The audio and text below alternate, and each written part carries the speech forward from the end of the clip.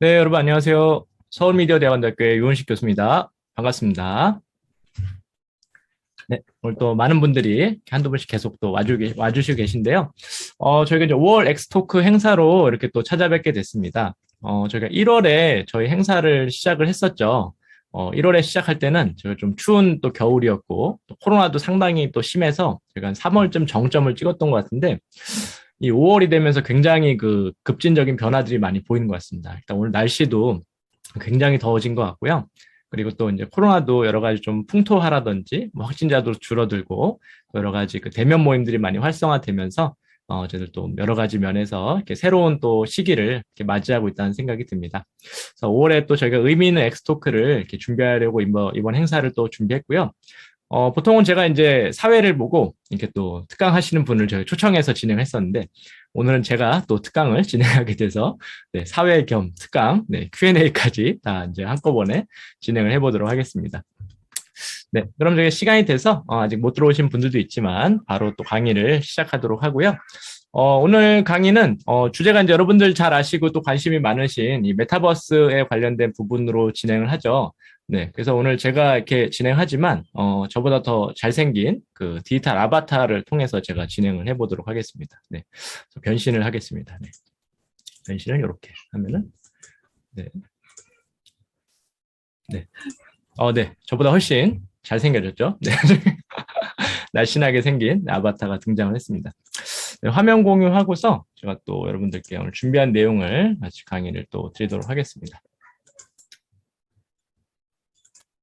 네, 오늘은 같이 강의하는 주제는 메타버스 경험 마케팅이라는 이 주제를 가지고서 같이 여러분들과 함께 이야기를 해보려고 하고요.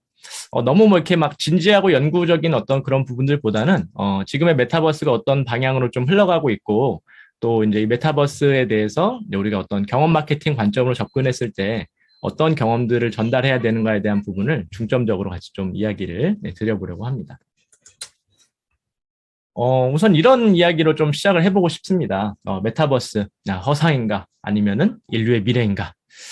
작년에 1월 달, 쯤에 이 메타버스라고 하는 단어가 정말 폭발적으로 그 이제 여러 가지 미디어에 이제 노출이 되기 시작을 한 것 같아요. 그래서 코로나도 굉장히 심한 시기였고, 우리가 이제 메타버스에서 이제 살게 되는 거 아니냐? 막 이런 얘기를 나오면서 또 뭐 로블록스, 네, 뭐 무슨 주식을 사야 되냐라고 하면서 미국의 로블록스를 사라. 뭐 이런 뉴스들이 매일매일 나왔던 시기가 있었습니다. 그런데 이제 그 엔데믹도 찾아오고 약간 좀 풍토화돼가는 이제 그런 그 분위기 속에서 근데 메타버스 정말 앞으로 우리가 가야 될 그런 미래가 맞는 건가? 하고 실제로 이제 뉴스에는 많이 나오는데 그 내 삶에 있어서 이렇게 주변에 실제적으로 와닿는 메타버스 플랫폼 내가 오늘도 사용한 그런 플랫폼과 서비스가 없는데 이게 정말 과연 나의 미래에 어떤 영향을 끼칠 건가? 이런 부분에 대해서 궁금증이 드는 그런 시기라는 생각이 듭니다. 그래서 먼저는 그런 부분에 대해서 먼저 얘기 드리고 제가 또 경험 마케팅 관점에서 네, 후반부에 같이 또 이야기를 네, 드려보려고 합니다. 이제 메타버스가 정말 우리의 그 미래라고 하는 부분들을 여러 가지 면에서 생각할 수 있는데요. 우선 우리가 이제 어디로 가고 있는가를 큰 그림에서 보면은 이 메타버스의 시대를 맞이했다라는 것을 정말 생각해 볼 수 있는 것 같습니다. 지금 우리는 웹 3.0 시대를 이제 가고 있죠. 네, 웹 1.0, 2.0, 3.0으로 넘어가는 그런 시기로 웹 3.0 관련된 서비스와 이제 다양한 어떤 그 기술들을 저희가 벌써 사용을 하고 있는데요. 이거는 뭐 어렵게 생각하기보다는 뭐 이렇게 이해할 수 있습니다. 웹 1.0 시기에는 쉽게 얘기하면은 홈페이지 같은 데서도 이제 정보만 습득을 할 수 있었죠. 어떤 예를 들면 대학 홈페이지에서 그 대학에 대한 정보들을 이제 오픈을 하면은 거기에 대한 그 정보만 어떤 사용자들이 이제 습득을 할 수 있는 그런 상황들이었습니다. 아니 웹 2.0이 이제 오면서 이 사용자들이 컨텐츠를 직접 글을 쓰고 사진을 올리고 동영상을 직접 이제 올리면서 한 명의 그런 크리에이터로서 아니면은 컨텐츠 제작자로서 이제 활동을 할 수 있는 그런 그 장이 열리게 됐고요. 사실 웹 2.0 시대로 들어서면서 정말 어마어마한 변화를 이제 거쳤습니다. 대표적인 예는 유튜브라고 할 수 있겠죠.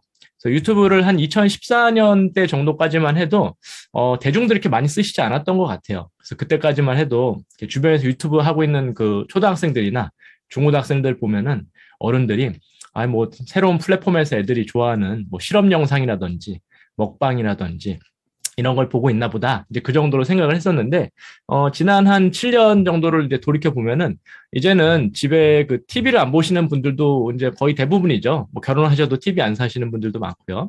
네, 그리고 이제 가족끼리 모여 있어도 이제 뭐 같이 거실에서 TV를 보고 있거나 이런 게 아니라, 네, 개인들이 다 그 개인 방송들과 제작된 컨텐츠를 통한 채널들을 통해서 이 웹 입점형 시대를 우리가 이미 경험을 하고 있는 것들을 볼 수 있습니다.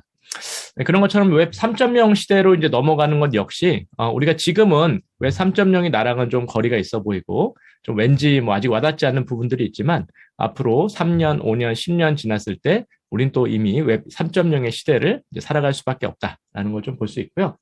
웹 3.0 시대의 몇 가지 그 특징들은 일단은 그 소유권에 대한 개념이죠. 네, 블록체인 기술 기반으로 NFT, 대체불가 토큰으로 어떤 컨텐츠나 이미지, 데이터를 등록을 해서 그런 것들을 소유하고 거래할 수 있는 환경들이 구축이 되게 됐고요. 특별히 오늘 그 대표적으로 또 얘기되는 이런 AR, VR 기반의 또 확장 현실 기반의 이런 메타버스 환경들이 구축이 되면서 이러한 부분들로 굉장히 큰 변화를 가져오는 시기를 우리가 이제 맞이하게 될 그런 시점에 있다라고 생각이 됩니다. 이런 그 패러다임의 변화들은 역시 그 모바일 시대를 거쳐서 이제 다음 그 메타버스 시대로 넘어가고 있다라는 것들을 좀 볼 수 있죠. 과거에는 집에서 PC를 하는 환경에서 모든 것들을 사용했었지만 이제는 스마트폰 기반의 굉장히 그 데이터도 이제 4G에서 LTE까지 이제 넘어온 다음에 이제 5G 형태로 오면서 굉장히 고용량의 데이터들을 주고받을 수 있게 됐고 그리고 특별히 이제 확장현실 디바이스 이게 중요하죠. 그래서 이제 스마트폰 다음에 이제 그 앞으로 가져올 미래 디바이스가 뭐냐? 라고 했을 때 가장 많이 얘기하는 것들은 이제 스마트 글래스 같은 것들을 사용해서 이제 이런 안경 타입에서 어떤 그 AR 방식의 증강현실 어떤 컨텐츠를 볼 수 있다든지 아니면 어떤 VR 디바이스를 이제 머리에 쓰고서 VR 컨텐츠를 시청할 수 있다든지 등에 대한 이런 확장현실 기반의 디바이스들이 앞으로 주류를 이제 이루게 됐을 때 이런 그 메타버스 환경들은 더욱더 가속화될 수밖에 없다고 이제 보여집니다. 그래서 실제로 뭐 확장현실 기반의 이런 그 시장들은 앞으로도 뭐 지속적인 큰 성장세를 보일 것들로 뭐 대표적으로 여러 가지 기관들에서 뭐 자료들을 내놓고 있고요. 이제 이러한 것들에 있어서 여러분들도 주변에 다양한 그런 서비스나 경험들을 조금씩 이제 해나가고 계시겠다고 생각이 되는데 그 대표적인 그 사례와 예시들은 제가 좀 이따 뒤에서 또 소개를 드리도록 하겠습니다. 요즘에는 이런 그 뉴스가 많이 나오죠. 메타버스 관심이 뚝 떨어졌다. 네. 예를 들면은 구글 검색량 같은 것들을 살펴봐도 이제 과거에 작년에 비교했을 때 메타버스라는 어떤 키워드라든지 관련된 뭐 NFT 뭐 이쪽 주제들을 가지고 검색하신 분들이 굉장히 급격하게 줄어들고 있는 어떤 시기를 보이고 있고 뭐 투자적인 관점에서도 굉장히 많은 분들이 이제 작년에는 메타버스에 대한 투자를 많이 하셨다가 요즘에 뭐 여러 가지로 뭐 이제 주가도 떨어지고 이러면서 메타버스 관련 주식들 다 망하는 거 아니냐 뭐 이런 뉴스들도 나오고 있습니다. 이거 굉장히 좀 재밌는 시기라고 생각이 되고요. 이 시기를 좀 잘 이해하는 거는 이 가트너의 하이프 사이클을 생각해 보시면은 좀 이해하시기가 쉬울 거라는 생각이 듭니다. 어떤 기술이든지 기술이 처음 나오게 되는 그 기술 촉발의 시기가 있고요.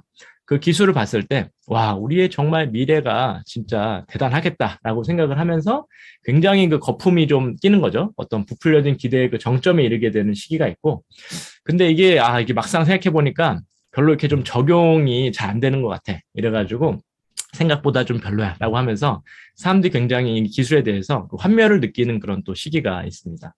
그러면서 다시 근데 그게 아니었구나라고 계몽하게 되면서 이제는 정말 우리의 생활에 안정적으로 이제 접어들게 되는 그런 시기가 있는데요. 지금 메타버스랑 이런 NFT 관련된 이런 부분들은 그 작년이 2021년이 이제 이 부풀려진 기대의 정점에 있었다고 생각이 됩니다. 그러다 보니까 뭐 NFT 같은 경우들도 작년에는 그랬죠. 막 어떤 작품 같은 것들 NFT로 등록을 해서 판매를 했더니 몇백억, 몇십억에 판매가 됐다. 그런데 올해 다시 그 작품들을 팔려고 하니까 이제 뭐 몇 억도 안 되고 몇 천만 원에 판매가 됐다. 뭐 이런 뉴스들이 이제 나오는 것들을 볼 수가 있는데 메타버스에 대해서도 역시 마찬가지로 작년까지 굉장히 그 촉발됐던 어떤 기대감들이 정점을 이뤘다가 이제는 그 기대감들이 굉장히 감소하면서 약간은 좀 어떻게 보면 사람들이 실제 내가 쓰는 서비스도 없고 내 삶에 와닿지도 잘 않고 이러다 보니까 메타버스 나랑 좀 거리가 있는 것 같아. 라고 생각하는 그런 시기로 좀 가고 있지 않나라는 생각이 좀 개인적으로 들고요. 근데 이제 앞으로 이러한 그 메타버스에 대한 환경과 생태계가 점점 점진적으로 확산돼 갈 거기 때문에 앞으로 3년, 5년, 7년, 10년을 바라봤을 때 정말로 우리가 이 부분에 대해서 투자하고 또 내가 어떤 그 미래를 대비하고 여기서 어떠한 비즈니스를 만들어 갈 건지에 대한 고민과 전략을 준비해야 될 그런 시기라고 이제 생각이 됩니다. 그래서 우리가 이제 1, 2, 3, 4차 혁명까지를 이제 지내왔고요. 그러면서 지금 이제 메타버스에 대한 그런 시기들, 아날로그와 디지털이 완전히 이제 융합이 되어 가면서 어떤 우리의 생활 전반에 대해서 굉장히 큰 변화가 일어나고 있는 시기를 이제 맞이하고 있다고 이제 생각이 됩니다. 그래서 우리의 그 실생활이 가상 세계와 현실 세계가 어떻게 융합되어 가고 있는지에 대한 부분들을 제가 좀 4가지 영역을 좀 예시로 해서 한번 설명을 좀 드려보려고 합니다. 제 생각에는 이제 요 4가지 영역들이 우리가 이제 경험하게 되는 아주 중요한 어떤 영역들이라고 생각이 되고요. 대표적으로 어떤 금융에 대한 부분들, 또 아니면 이제 공간 사용에 대한 부분들, 아니면 우리가 한 명의 이제 휴먼이죠. 인간으로서 또 아바타로서 존재하는 그런 부분들, 또 어떤 액티비티를 해나가는 활동적인 측면들 모두가 다 이런 디지털적인 부분들로 이제 융합되어 가고 있다라고 하는 부분들 이렇게 생각해 보면 좋을 것 같은데요. 우선은 이 가상 활동이 정말 많이 늘어나고 있다는 부분에 대해서 얘기를 먼저 좀 드리고 싶습니다. 그래서 우리의 생활을 이제 생각해 보면은 지난 코로나 2년 반의 시기를 보내면서 굉장히 우리의 많은 그 생활들이 이 가상화된 환경으로 많이 접어든 것 같아요. 뭐 당장 저희가 이제 온라인으로 이런 그 세미나를 진행하는 부분도 그렇고 특별히 이제 운동 같은 경우가 그랬죠. 아무래도 코로나로 이제 외부 활동들도 어려움을 겪으시고 또 어떤 운동할 수 있는 뭐 짐이라든지 이런 곳에 가는 것들이 헬스장 이런 곳에 참여하시는 게 이제 어려워지시니까 집에서 홈 트레이닝을 하자. 그래서 홈트가 엄청 유행을 했었고요. 그러면서 이제 사이클 같은 것들을 탈 때도 그냥 혼자서 사이클만 타면 좀 재미가 없잖아요. 그러니까 대부분 하시는 분들이 뭐 음악을 들으시거나 아니면 뭐 영상을 시청하시면서 이제 이런 사이클을 타시는 경우들이 많이 있었습니다. 근데 이제 이런 관련된 메타버스 서비스들이 많이 나오게 됐죠. 뭐 대표적으로 뭐 야피 사이클이라든지, 네, 주이프트, 네, 이러한 그 서비스들을 통해서 이제는 이 메타버스 환경에서 집에서 자전거를 타지만 어떤 다른 사람들과 함께 그 사이버 공간에서 만나서 교류하고 함께 사이클링도 즐기고 다양한 또 이벤트에도 참여할 수 있는 그러한 그 서비스들이 제공이 되고 있습니다. 저도 집에서 한동안 좀 이용을 좀 해봤는데요. 확실히 기존의 아날로그 사이클 경험하고는 굉장히 또 다른 부분들이 있다. 혼자서 탈 때는 조금 어떤 속도를 맞추거나 이제 스스로 목표를 이제 세워서 이제 이 진행을 하게 되는데, 이 가상현실 기반의 같이 이제 진행이 됐을 때 그 공간상에서 같이 타는 사람들과 경쟁을 하기도 하고 또 어떤 기록 같은 것들도 굉장히 관리하기가 쉽기 때문에 굉장히 기존에 운동하던 것들보다 역동적으로 그리고 다양한 네트워킹과 경험을 가지고서 참여할 수 있는 그런 부분들이 있고요. 이런 운동 경험들이 굉장히 가상 환경 속에서 이루어지는 부분들이 확장돼 가고 있는 것들을 좀 볼 수가 있습니다. 다양한 활동 변화도 많이 있지만, 제가 볼 때 가장 큰 어떤 문화적 변화들은 이 가상 세계 속에서도 결혼식을 올리시는 분들이 많이 있다는 거예요. 특히 작년 같은 경우, 이 코로나가 심하면서 결혼식을 미뤘던 분들이 많이 계시죠. 그래서 미뤘다가 이제 올해 이제 결혼식 올리냐고 지금 결혼식이 이제 장소가 없다라는 그런 뉴스들도 많이 나오는데, 작년에는 이제 이 코로나 환경이 되면서 이 메타버스 공간에서 결혼식을 올리신 분들이 많이 있었고, 실제 메타버스 공간에서 결혼식 서비스를 이제 제공하는 그런 업체들이 또 생겨나기도 했습니다. 그래서 근데 사실 우리나라 같은 경우는 이런 가상 세계에서의 어떤 결혼식이라든지 어떤 이러한 문화들이 굉장히 일찍부터 이제 있었습니다. 예전에 이제 아마 또 남자분들 또 게임 좋아하셨던 분들은 좀 기억할 수도 있는데, 네, 리니지라는 게임이 있었죠. 네, 그래서 리니지 게임에 굉장히 중독성이 강했기 때문에 하루에 10시간, 열 몇 시간씩 하시는 분들도 있으셨는데, 그러다 보니까 여기서 만나서 연인이 되고 또 결혼까지 이제 하신 분들도 이제 있었습니다. 그래서 이분들 결혼하실 때는 실제 게임 회사에 NC 소프트에 있는 담당자가 와서 사회를 봐주신다든지 그런 이벤트가 있었고요. 근데 이분들이 오프라인 어떤 대면 결혼식만 드린 것이 아니라 이런 리니지 공간에서 아니면 또 영웅이라는 또 게임도 있는데 이런 게임 공간 속에서 실제로 또 결혼식을 다시 한번 또 올렸어요. 거기 있는 지인들하고 같이 해서. 그래서 거기서 결혼식을 올리고 결혼식 끝나고 나면은 이제 그 주변 지인들이 선물을 줍니다. 이제 아이템을, 비싼 아이템을 이렇게 선물로 줘서 이제 그 결혼식 가면 보통 축의금 주잖아요. 그런 것들을 전달을 해줬던 것들을 볼 수 있습니다.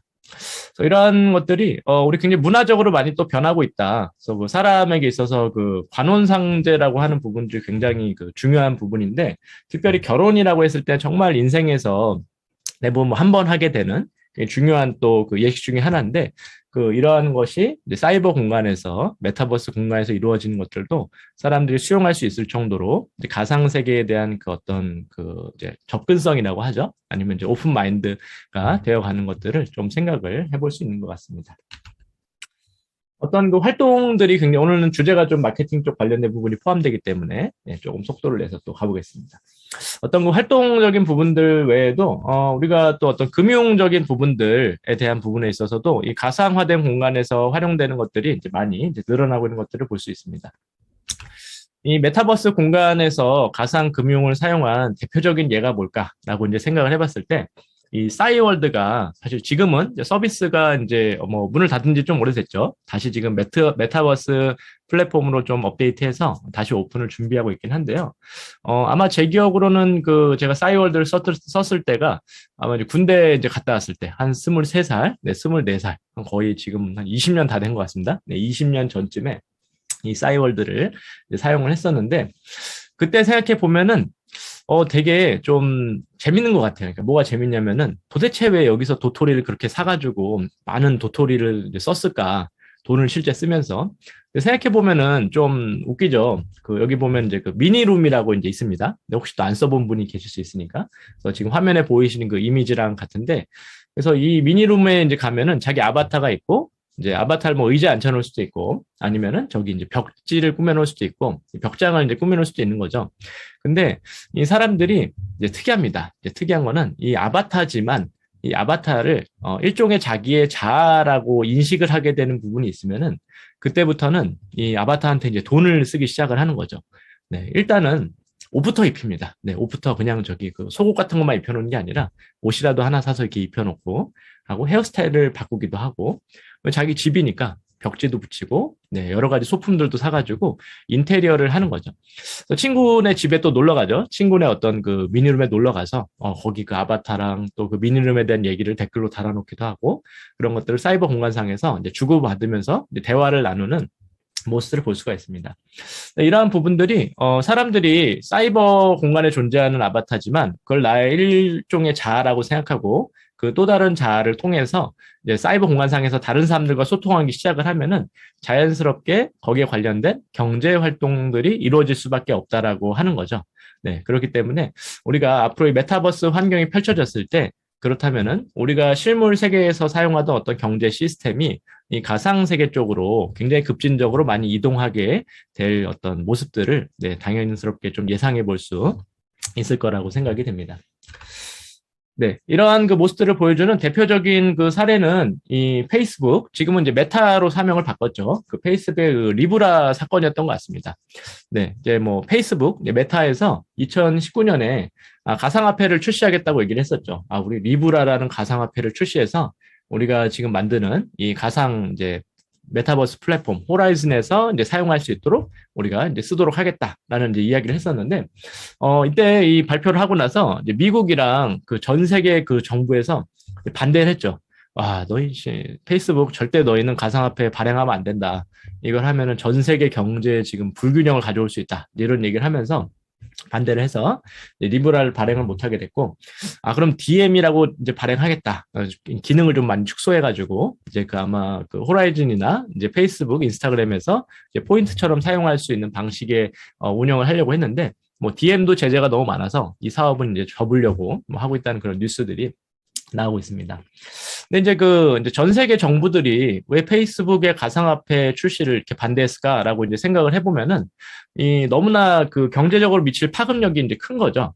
네, 쉽게 얘기하면은 뭐 저기 달러로 쓰던 거를 이제 페이스북의 리브라로 바꾸게 되고, 또 리브라를 다시 원화로 뭐 사용할 수도 있고, 엔화로 또 바꿀 수도 있고, 이러한 식으로 하나의 그 전 세계 사람들이 사용할 수 있는 일종의 기축통화 같은 어떤 역할을 하게 되기 때문에, 그렇다면 지금 페이스북, 인스타그램 쓰는 사람만 10억 명이 넘는데, 그러면은 이거는 완전히 이 페이스북 메타라고 하는 기업이 하나의 거의 국가 같은 역할을 또 하게 되는 거죠. 경제적인 측면에서. 그랬을 때, 이 끼칠 파급력이 너무 크고, 여기에 대한 뭐 규제나 여러 가지 법이나 이런 것들이 아직 준비가 안 했기 때문에 너무 위험하다. 그러니까 너희는 절대 이걸 출시하면 안 된다라고 해서 출시를 못했습니다. 근데 이렇게 그 가상 세계 속에서 어떤 그 경제 활동들이 이제 확장되기 시작했을 때 어떤 보여줄 그 미래의 그 어떤 파급력과 영향력을 좀 생각해 볼 수 있는 것 같고요. 그런 부분에 있어서 굉장히 이제 지금도 뭐 이런 블록체인 기반의 어떤 메타버스 플랫폼들, 뭐 더 샌드박스나 아니면 디센트럴 랜드 같은 것들이 있는데요. 그런 쪽에서는 자산을 NFT로 등록을 하고 실제 발행된 또 가상화폐를 통해서 뭐 거래나 이제 이러한 그 어떤 운용들, 투자들이 또 이루어지는 것들이 이제 실제 활성화가 많이 되고 있는 것들을 볼 수가 있습니다. 그래서 앞으로는 이제 이런 그 가상 세계 속에서의 경제 활동들이 지금보다도 더 주류를 이루게 될 걸로 이제 보여지고요. 뭐 대표적으로는 이제 지금 우크라이나랑 러시아가 이제 전쟁을 이제 많이 하고 있는데 이제 그 우크라이나에서 이제 그 전쟁이 촉발됐을 때 이제 그 가상화폐 계좌를 이제 오픈했죠. 우리를 도와주기 원하는 분들은 이쪽으로 송금을 해달라고 그 계좌를 오픈했을 때 전 세계 사람들이 이제 가상화폐로 이제 송금을 해줬습니다. 30분 이내에 다 갈 수가 있죠. 대부분. 네, 근데 이렇게 봤을 때, 이제 예전 같으면은 어떤 뭐 구호단체를 거친다든지, 아니 뭐 정부를 거친다든지, 또 은행을 거친다든지, 이러한 그 과정들이 필요했는데, 이러한 것들이 생략되고, 이제는 앞으로 이런 가상세계 속에서의 그 사람과 사람을 이어준 직접적인 상거래에 대한 부분들이 더욱더 활성화되는 시대로 이제 접어들 수밖에 없다라고 생각을 할 수 있을 것 같습니다. 네, 그래서 가상적인 어떤 금융 쪽 정도 확장이 이제 되어갈 걸로 이제 생각이 되고요. 공간 활용에 대한 부분도 역시 마찬가지입니다. 그래서 메타버스 시기로 이제 접어들면서 이 코로나 때 많은 행사들을 이제 진행을 못하게 됐는데, 초기에는 이런 행사들 대부분 이렇게 줌이나 유튜브 방송으로 이제 대체를 많이 했었죠. 그래서 대부분 그런 어떤 2차원적인 공간, 그러니까 이런 지금도 저희가 뭐 줌으로 진행하고 있지만 X축이랑 Y축만 존재하죠. 2차원적인 어떤 정보와 디지털적인 정보만 주고받을 수 있는 그런 환경인데 어떤 그 Z축에서 이제 공간이라는 어떤 개념이 이제 들어가게 되면서 이 공간에서는 그 자신의 아바타가 존재하게 되고 거기에서 다양한 입체적인 활동이 이제 일어나게 되는 것을 볼 수가 있습니다. 그래서 뭐 순천향대 같은 경우도 뭐 입학식을 가상세계에서 진행을 했었고요. 가상세계에서 이제 진행을 하니까 자기 아바타한테 이렇게 뭐 과잠바도 입혀주기도 하고 실제 이 평면적으로 이루어지는 어떤 교류랑 또 행사보다는 보다 입체적인 어떤 경험이 가능하죠. 예를 들면 지금 같은 경우도 대부분 이제 줌으로 진행하면은 강사만 주로 얘기하게 되고 뭐 Q&A를 진행하는 뭐 이런 정도로 보통 많이 진행이 되는데 이런 경우에서는 뭐 내 친구 한 명한테 가서 내가 말을 걸어볼 수도 있고 뭐 소그룹으로 3, 4, 5 모여가지고 주변에 있던 사람들 같이 모여서 대화를 나눌 수도 있고 아니면은 어떤 뭐 이벤트를 뭐 제안해서 학생들이 뭐 요청해서 운동장 달리기 시합 같은 것들을 또 진행하기도 했었습니다. 그래서 보다 이런 입체적인 어떤 공간이 존재할 때 이런 평면적인 어떤 경험들보다도 풍부한 상호작용들이 그 안에서 이제 이루어질 수 있는 것들을 또 볼 수가 있습니다. 이런 공간 활용에 대한 부분들이 늘어나고 있고요. 특별히 우리나라 그 정부의 그 지자체들도 지금 서로 앞다퉈서 이제 다양한 그 공간들을 메타버스 환경으로 구축을 하고 있죠.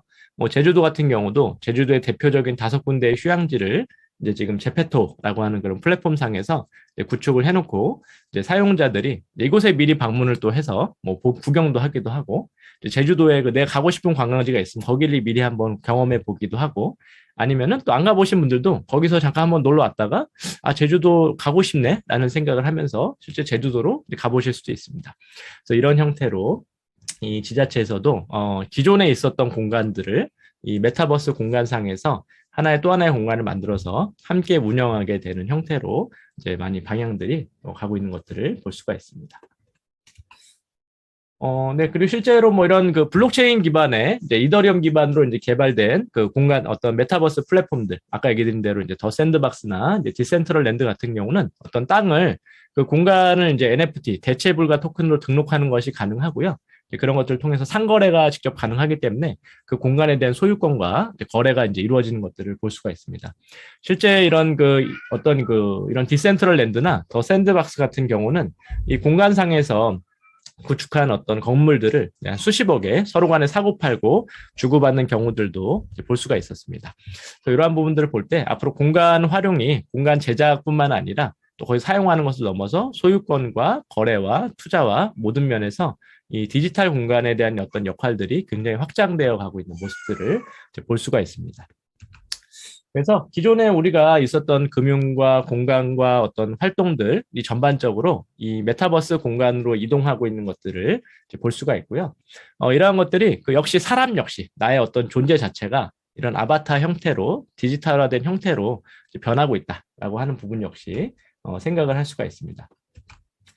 아마 이제 작년에 가장 많이 보셨던 뉴스 중에 하나가 이 가상 인플루언서들이 모델 활동들을 대체하게 됐고, 이 가상 인플루언서들이 이제 수십억에 해당하는 그런 모델료들을 이제 받았다라고 하는 그런 뉴스들을 간간히 이제 어떤 언론 보도를 통해서 이제 보셨을 것 같습니다.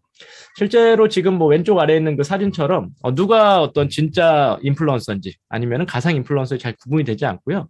워낙에 또 저희가 이제 그 가상현실이나 이런 3D 기술이 이제 좋아졌기 때문에 영상을 찍거나 광고 영상을 볼 때도 거기서도 누가 정말 이제 진짜 사람인지 아니면 가상 캐릭터인지가 구분이 안 될 정도의 그런 좋은 퀄리티를 이제 제공을 하고 있습니다.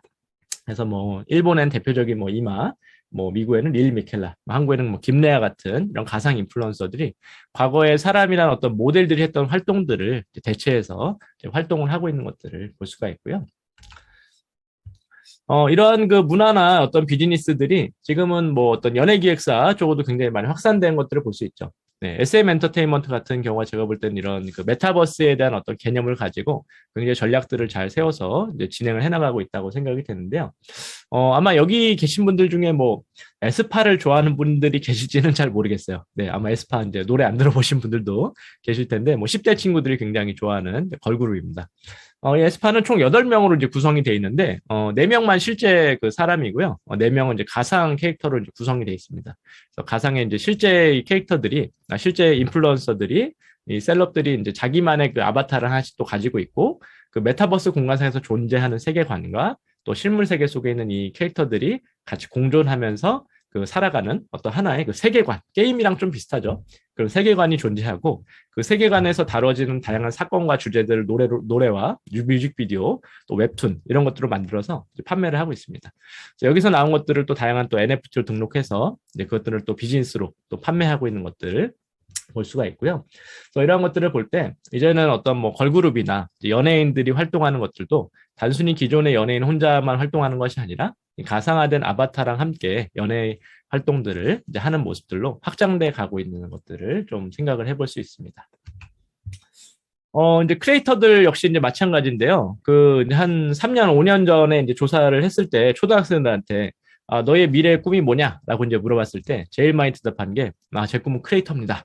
정말 유명한 크리에이터가 돼서 제가 좋아하는 거 하면서 유명하기도 하고 돈도 많이 벌고 싶습니다. 네, 이런 친구들이 많이 있었죠. 크리에이터들이 이제 유튜브에서 아니면 뭐 틱톡에서 아니면 뭐 인스타그램 이런 쪽들에서 주로 활동들을 많이 하고 있는데요. 이런 분들도 이제는 그 연예 기획사처럼 MCN이 존재하죠. 멀티 채널 네트워크 사업자들. 그러니까 이런 그 크리에이터들을 같이 연계해서 광고를 중개해주는 또 이들의 또 육성을 도와주는 그런 어떤 회사로 이제 기관으로 이제 보시면은 좋은데요. 이쪽에서도 대부분의 지금 크리에이터들한테 요청하고 있는 것은 너의 가상 아바타를 만들어서 가상 세계에서도 같이 활동을 해라. 제페토라든지 아니면 또 활동할 수 있는 다양한 플랫폼들을 최대한 선점해서 그런 쪽에서 이 MZ 세대들과 소통하는 그런 그 영역들을 확장해 갈 것들에 대한 요청들을 많이 하고 있습니다. 특별히 젊은 세대들이 그 재밌는 행태들을 많이 보이는 것 같아요. 그래서 여러분들 그 제페토라는 플랫폼 혹시 안 써본 분 계시면은 스마트폰에서 바로 뭐 제페토라고 검색하시면은 다운받아서 이제 사용을 해볼 수 있습니다. 이쪽 하면 자기의 그 아바타를 만들 수가 있죠. 자기랑 유사하게 생긴 아바타를 만들고 이 아바타를 통해서 사람들과 뭐 소통도 하고 영상도 찍고 자기가 원하는 공간도 만들 수가 있는데 또 재밌는 게 라이브 방송이 있습니다. 그래서 자기 아바타를 통해서 제가 지금 아바타로 이렇게 강의를 하는 것처럼 이 라이브 여러분 그 아프리카 TV나 유튜브에서 라이브 방송할 때처럼 이 아바타로 라이브 방송을 진행을 하는 거죠. 사람들과 소통하는데 여기서 또 굉장히 또 새로운 매력과 이 경험을 전달받으면서 이 속에 굉장히 몰입감을 갖게 되는 이 MZ 세대들이 이제 많이 있는 것들을 이제 볼 수가 있습니다. 그래서 과거와 다르게 사람 대 사람의 얼굴을 보고서 사실은 우리가 대면하는 커뮤니케이션이 주로 이뤘었는데 이제는 이 아바타와 아바타를 통해서 가상 세계에서 이루어지는 그런 어떤 대면 사이버 대면이죠. 이런 부분들이 굉장히 사람들이 편안하게 느끼고 이제 확장돼 가고 있는 것들을 볼 수가 있다라는 것을 좀 생각해 볼 수 있고요. 그리고 이제 그 MS에서도 이런 그 온라인 회의를 진행할 때도 사람들이 직접 얼굴을 보여주기보다는 이 가상 아바타를 통해서 소통할 수 있는 그런 기능들을 이제 추가를 한다고 이제 공개를 했습니다. 그래서 이러한 부분들은 그 사실 이 줌 피로도라고 하는 그 연구가 있습니다. 줌 피로도는 사람들이 줌 쓸 때 자기 얼굴이 이렇게 공개되는 거를 싫어한다는 거예요. 별로 이렇게. 그러니까 왜 싫어하나 생각해 보면은 그렇잖아요. 보통 저희가 원래 수업 들으면은 자기 얼굴을 이렇게 전체 학생들한테 뭐 보여줄 일은 없는데 이제 이 줌으로 수업하다 보니까 자기 얼굴을 전체 수업 듣는 학생들한테 오픈을 해야 되는 약간의 그 불편함이 좀 있는 거죠. 그래서 그 수업을 이렇게 진행해 보면은 대부분 다 이렇게 카메라를 많이 꺼놓는 분들이 많이 계십니다. 그래서 뭐 지금 저희도 많이 꺼놓으셨죠? 거의 다 꺼놓으셨고 그래요. 그래서 초등학교 같은 초등학교나 이제 뭐 어떤 학교들은 이제 이 카메라를 켜지 않으면 출석 체크를 하지 않겠다. 그래서 이제 그렇게 하다 보니까 이제 카메라를 강제로 이제 켜는 경우도 있는데 이 강제로 이렇게 카메라를 이렇게 또 켜게 하다 보면은 학생들이 그런 경우도 있어요. 카메라 이렇게 위로 올려가지고 이 머리 끝에만 보여서 검게 내 머리 얼굴은 안 보이고 그렇게만 보여주는 경우도 있습니다.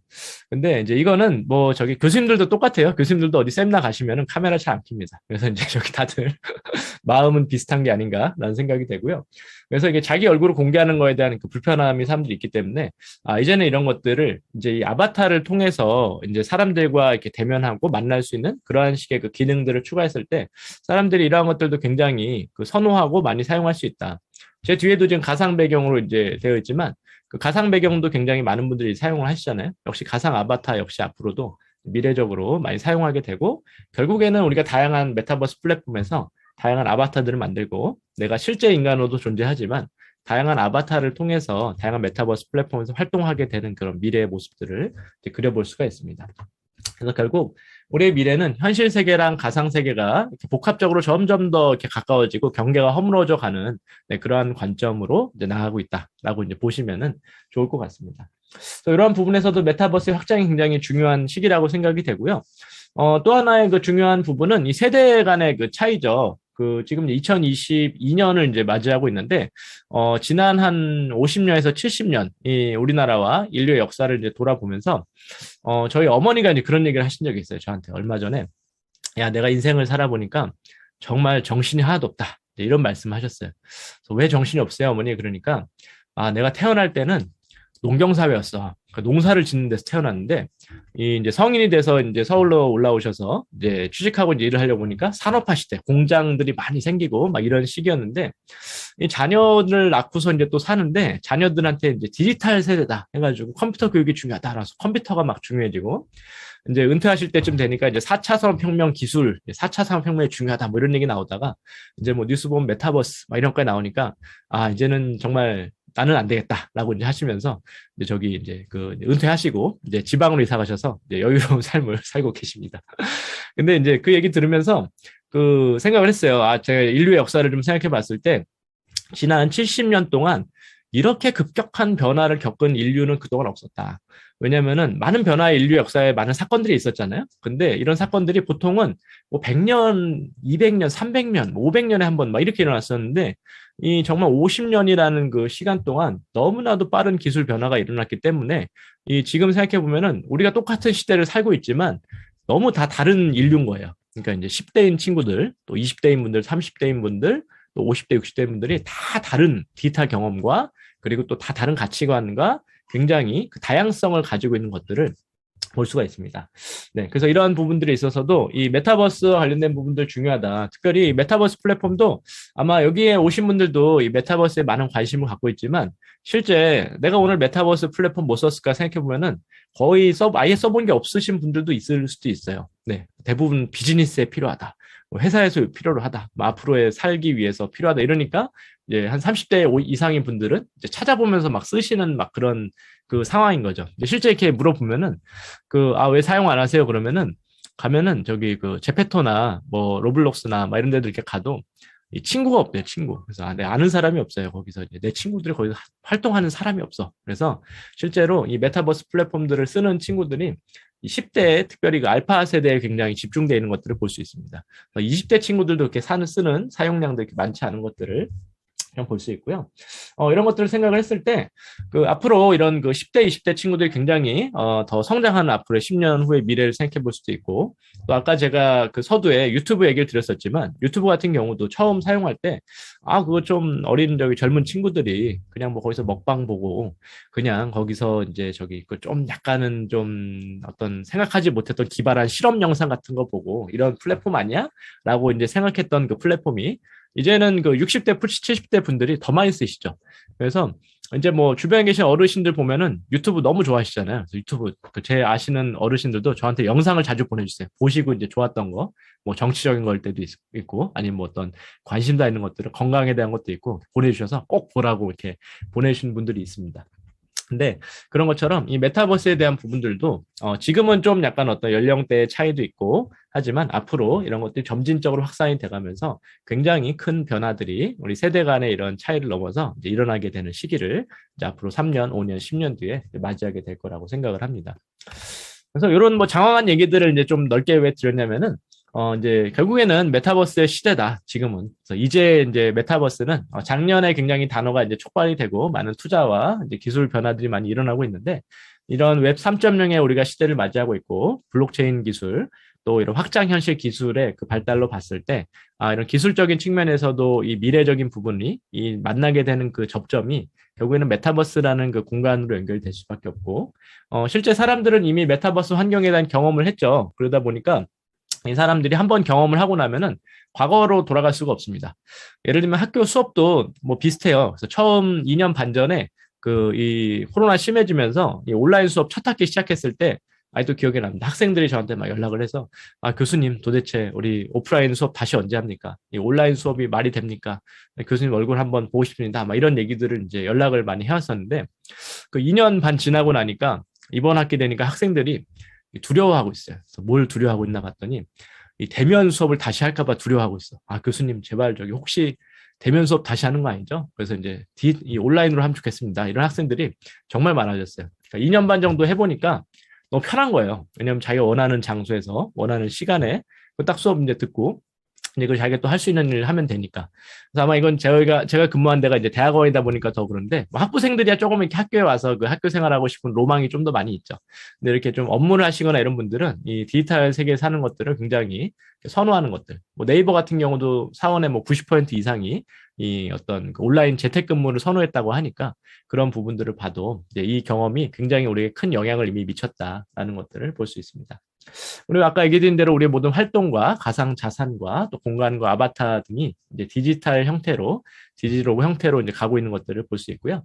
앞으로의 그 세대 차이를 생각해 봤을 때도 메타버스는 앞으로 이제 지금 뭐 잠깐 트렌드적으로 이제 떴던 게 아니라 앞으로의 저희가 거의 인터넷의 개발 정도 수준인 것 같아요. 20년 전에 인터넷, 20년 더 됐죠. 30년 전에 인터넷 처음 났을 때 인터넷이 뭐야? 또 우리 삶을 많이 바꾼대. 라는 얘기가 나왔는데 실제 우리가 그런 시대에 살고 있는 것처럼 앞으로의 10년, 20년 뒤를 생각하면은 어마어마한 변화가 있을 거다라고 하는 부분을 먼저 서두에 좀 얘기를 드리고 싶습니다.